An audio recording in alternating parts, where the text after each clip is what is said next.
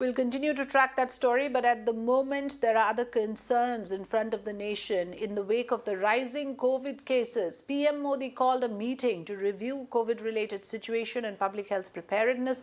Top ministers and officials were part of that roundtable discussion that got over 5:45 p.m. this evening, during which the officials submitted a status report to the PM on the COVID alert. This after India recorded the highest single-day COVID mark in 5 months, with an increase, a daily increase of 1,133 cases. So let's look at the COVID numbers today. If we can put out those graphics on the COVID numbers that have been recorded, single day rise, like I said, 1,134. Active case load is in fact 7.026. Daily positivity rate is 1.09%. Weekly positivity is 0.98%, still below 1%, and overall tally for the country is 4.46 crores. What is the COVID status in the states that are worst impacted? There you have it on your screens. It's Rajasthan, 150 cases, addition of 20. Gujarat, 916 with an addition of 106. Maharashtra, 1,489 with an addition of 125. Kerala has a higher number of 1,921 with an addition of 52. Delhi 270 with an addition of 61, Tamil Nadu 441 with an addition of 39, Himachal Pradesh and Karnataka adding 25 and 8 cases respectively. So these are the figures in front of us, and the overall, like I said, the increase in the daily cases have gone up over 1,100. Joining me here on the program, Rajib Dasgupta, member of the National AEFI Committee, also Dr Shailendra Saxena, who is a virologist. Very good evening, gentlemen. Thank you so much for joining us here on the program.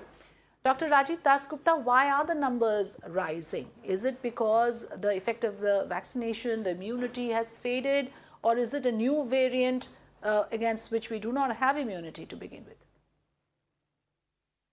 Thank you.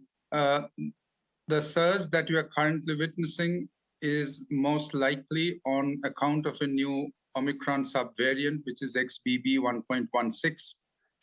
So far, at least 76 cases have been identified through genomic surveillance. Essentially, this XBB subvariant is a subvariant of the Omicron variant, which, as we know, has immense immune escape properties, which means that it keeps infecting people even though they may be vaccinated. Plus, they may also have had natural infection. Despite that, the Omicron family in general is able to cause infections. This XBB subvariant identified back in October 2022, nearly 40 countries have reported now, 38, 39 last count, including India, XBB 1.16. So the XBB in its turn again has given rise to more subvariants. But given that a number of Omicron subvariants are in circulation, the global experience so far is that it is not causing more severe disease. Okay. And the thing to watch out for is whether hospitalizations or deaths increase, or as in the Omicron experience, they remain decoupled, which means cases increase, but hospitalizations, complications, deaths do not increase significantly. Yes, Dr. Shailendra Saxena, the point is that hospitalizations are also seeing a steady increase in numbers, and the concerns are around, like we just heard Dr. Rajib Dasgupta also tell us, that, whether this is again another variant of the Omicron and we may not have the necessary protection or the vaccination to deal with it. What is your take on the matter, sir?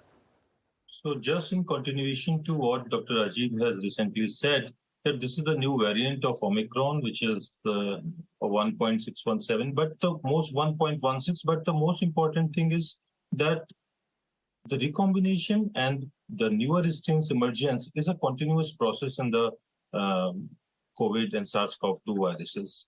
And we have to keep on getting, still if you see, we have been still working in the same virus, which has terminally changed from the original Omicron virus. So it's not like that the Omicron, there's a new virus has all of a sudden came in. Yes, the people already have couple of behavioral changes.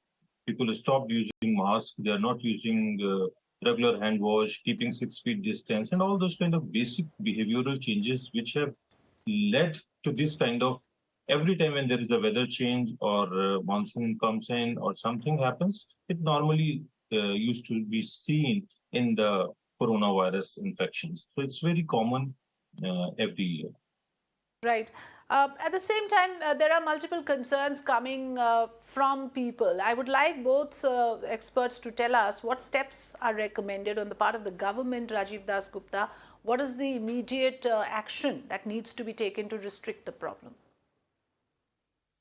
Well, the experience and, if I may, the consensus so far from countries of comparable size that's experiencing XBB-led surges, and I'll name at least two countries, the USA and South Africa. Right. These two have not made any shifts in the overall approach or overall strategy that's in operation. In other words, everyone is on the alert. A surveillance is being maintained, but no one is really panicking. And the effort is to sustain what we have learned and that we continue to operationalize and practice those. Right. So no immediate intervention in terms of action from the government required as long as we maintain COVID discipline and be aware and alert. Before I go to Dr. Saxena, quickly, Rajib Dasgupta, what steps would you, in that sense, recommend to the citizenry, to the people who are curious to know how they can protect themselves if there is a surge? Essentially, the few basics.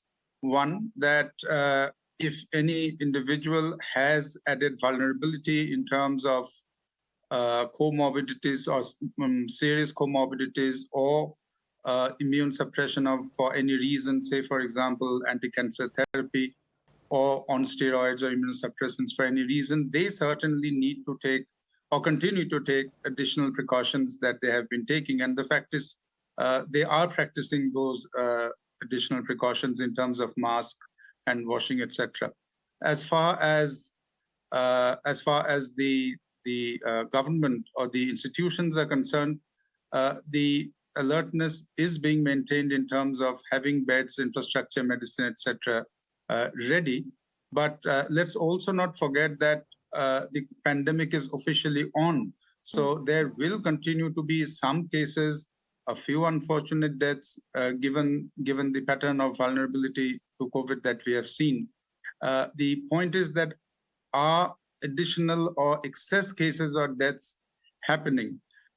One distinction needs to be made. For example, as your graphic showed, that the weekly positivity rate is 0.98, which is about 1%.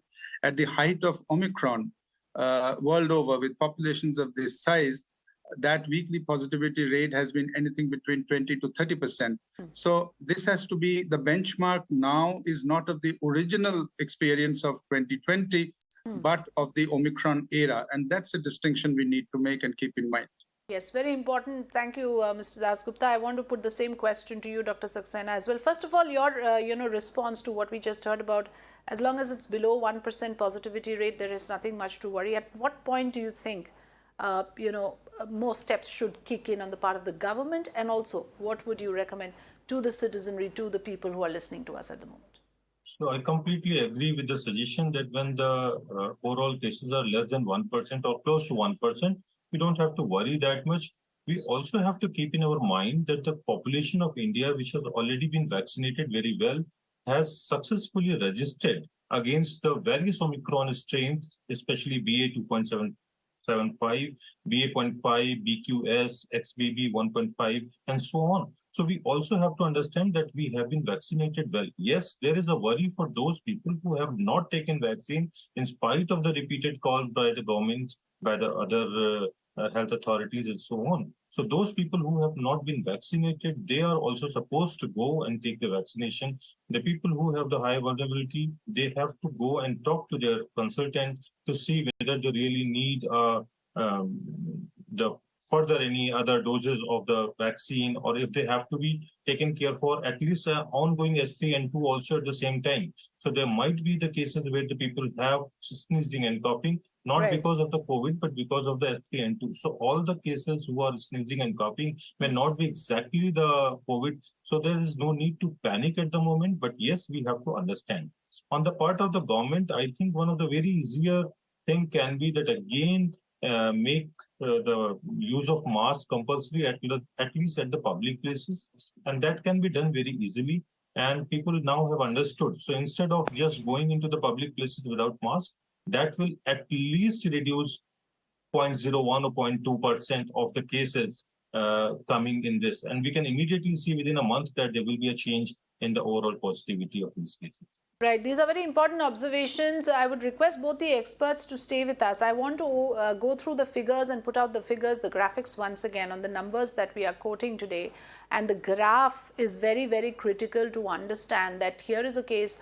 If you look at the daily COVID tracker, in the month of March, the reason we take up this topic today is to understand that here is a case of in the month of March where you see the steady increase. Prior to this, in January and in February, the increase in the rate of COVID numbers was not there. Now we notice it, which is why this was an important issue which the Prime Minister, in fact, has taken up at the highest level. We have breaking news coming in.